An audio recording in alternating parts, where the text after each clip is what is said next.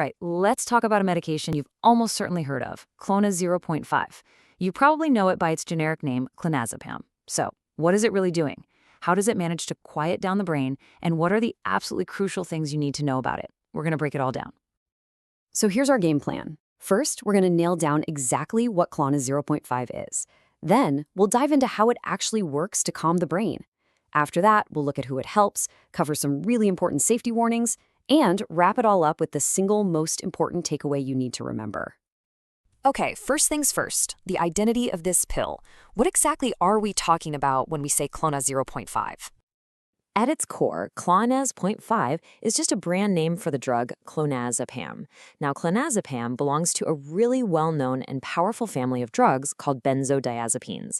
And their main job? They're what we call central nervous system depressants.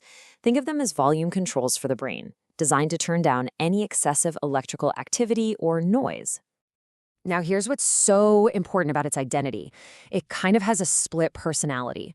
It's officially classified as both an anticonvulsant, which means it fights seizures, and an anxiolytic, which means it relieves anxiety. This double duty is the whole reason it's prescribed in so many different situations. So, we know what it is, but now for the really fascinating part, its mission inside the body. How on earth does it actually get the brain to calm down? To really get this, let's use an analogy. Imagine your brain has both an accelerator and a brake pedal. Well, in conditions like a seizure or a full-blown panic attack, it's like that accelerator is just slammed to the floor. So where does clonazepam come in?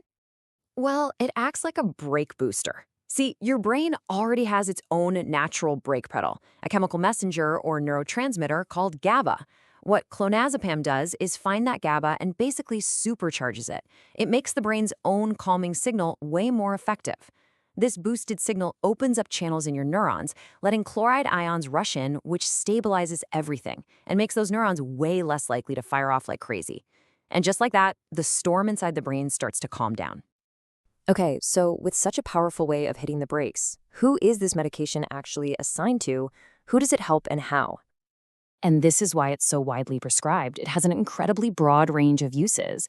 It's a frontline treatment for controlling all sorts of seizure disorders, including some very severe ones like Lennox-Gastaut syndrome. But it's just as crucial for someone in the grips of a severe panic disorder. It's also used for acute anxiety, certain movement disorders. This versatility really makes it a heavy hitter in the medical world. Now, I really need to stress this point. This is absolutely critical. The dosage is not a one-size-fits-all deal. It has to be tailored to the individual, started at a low dose and increased very, very slowly. And maybe even more important, you can never just stop taking it cold turkey. Stopping suddenly can trigger severe withdrawal, including the very seizures it was supposed to prevent.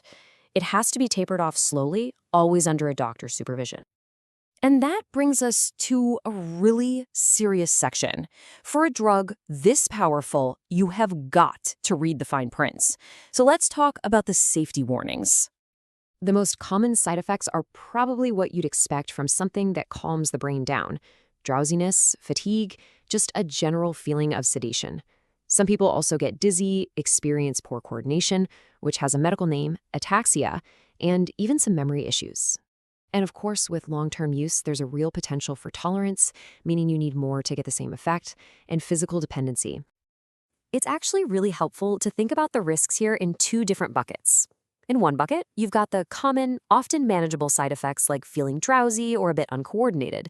But in the other bucket, you have the critical risks, things like physical dependence, tolerance building up, and those dangerous withdrawal seizures we talked about. For doctors and patients, the whole challenge is navigating that balance. So who should just stay away from this medication altogether? Well, it's what we call contraindicated, meaning it's a no-go for patients with severe liver disease, because the liver has to work hard to process the drug. Same goes for anyone with significant breathing problems or certain neuromuscular diseases like myasthenia gravis, as it can make muscle weakness even worse. And we absolutely have to talk about interactions. Mixing clonazepam with other things that depress the central nervous system, I'm talking about alcohol, opioids, other sedatives, is incredibly dangerous. They amplify each other's effects, which can slow your breathing down to a critical level. And it's not just other depressants. A whole host of other medications can mess with the liver enzymes that break down clonazepam, either making it dangerously strong or too weak to work properly. So, after all that information, what is the single most important thing to understand about this pill and the legacy it leaves in your body? Let's get to our key takeaway. This number right here, up to 50 hours, that's the half-life. That means it can take your body more than 2 full days to get rid of just half of a single dose. Now, this super long duration is why it works well with just once or twice a day dosing, but it's also the exact reason why withdrawal is so brutal. The drug hangs around for a long, long time, and your body gets used to being there. That makes a slow, careful taper absolutely non-negotiable. You know, this quote really sums it up perfectly. Clonazepam is an incredibly powerful tool. For someone in the middle of a terrifying seizure or a debilitating panic attack, it can feel like a miracle. But that power comes with huge responsibility. It demands a ton of respect and very, very careful management from everyone involved. And that leaves us with this final thought. It is, without a doubt, a powerful tool for achieving calm. But its use forces us to constantly ask, at what potential cost? It's a question that really gets to the heart of the constant balancing act that is modern medicine.